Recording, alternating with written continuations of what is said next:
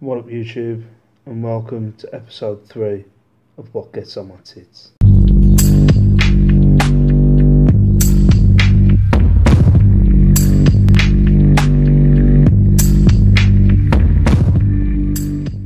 What gets on my tits?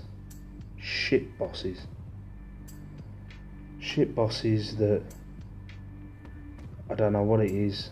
I don't know whether it's the fact that they're not well endowed, they've got tiny penises, or the only thing they've got going on in their life is them being a boss. I don't know. But shit bosses do my sweeting. Now, I understand like good bosses, you know, people that are leaders, people that I don't particularly see myself as a leader, but I get leaders, people that work by example and stuff like that. You know, guide people, show people what to do, put people in places like a chessboard. I get that, but I don't get bosses that go, do that, do this, do that because I don't want to do this. I don't get them. I'm just going to give you like a few examples. Now, as a disclaimer, I'm going to use the word a boss I used to have as a disclaimer. I'm not talking about me. Or if I say my boss, I'm not talking about me.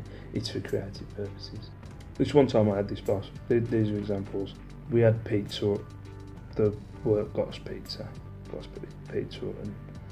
And you know, with the pizza, there's 3 people that were working in my department at the time, and they got us pizza. And you know, pizzas go, 8 slices, I think. So he comes out. He takes the 3. I'm taking the 3 biggest pieces. So he takes the 3. So he takes his 3 because you know, he's the boss. Now, what I would have done is I would have gone, oh, I probably would have took the 2, just being the man I am. And then if somebody didn't want the 3rd, I would have had the 3rd. No, I have the 3. That's enough. Actually, that hand gesture. I had a boss the once. Could be the same one, might not be. You know, we're having a laugh in our department, and you know, jokes and banters and stuff. You know, mega bants and stuff like that. And he actually turned around to us the one day, and he come out and like, we were having a laugh, and he went, you know, I don't get your banter because you know, this was the motion he used. What he meant by was because I'm up there, you know what I mean? You're down here. I'm up there. You're down here. Oh. That's a dub ego.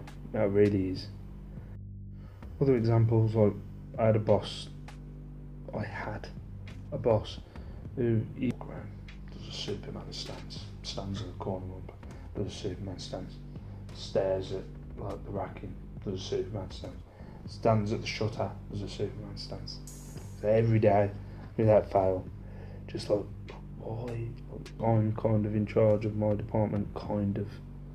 And he'll try and like, you don't do that anymore. You're there. You might breathe the same air and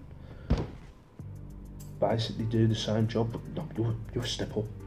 That gives you a title. You don't do that anymore. You do that. I remember the ones he caught me. I can't remember. I wasn't telling anybody off. I don't tell people off. I'm not that kind of guy. I'm not your dad. I'll tell my kids off. That's it. Barely. But he caught me. I might have been saying something like, you know, you need to do that next. You know, you need to get that done, something like that. And then he called me to one side. Good supervisor, proud of you. Or like saying, yeah, proud of me. Like the ones getting called into an office and going, you know, you need a mentor. I feel doing this job, you need a mentor to take you to the next level. I think I should be your mentor. These were 2 of my managers.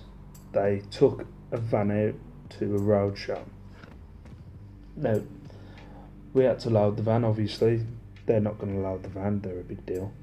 And we had to load the van. Van was fine when it left. When it come back, the first thing we saw, as soon as the van parked up, was this big dent down the middle of the boot when we were unloading the van. So straight away I got my phone in. What happened to the van? Why is there a big dent in the van? And both of them turned around and went, don't know what dent you're on about. No, don't know what dent. The dent was there when we got it. No. The dent wasn't there when they got it. They'd put the dent in and then blamed us. Because they're managers and they're super and they're awesome. The one time one of the gaffers didn't want to load his own van and we were busy, so we got a member of staff from the department upstairs to load him. The guy loaded the van, did alright, forgot to put something in there, and when the guy got it to the show, he'd forgot to put this thing in, and he tried to give him a written warning for it. The guy left soon after. I think that's the thing, when you have bad bosses, people just don't put up with it, and eventually people have enough and they leave, apart from me.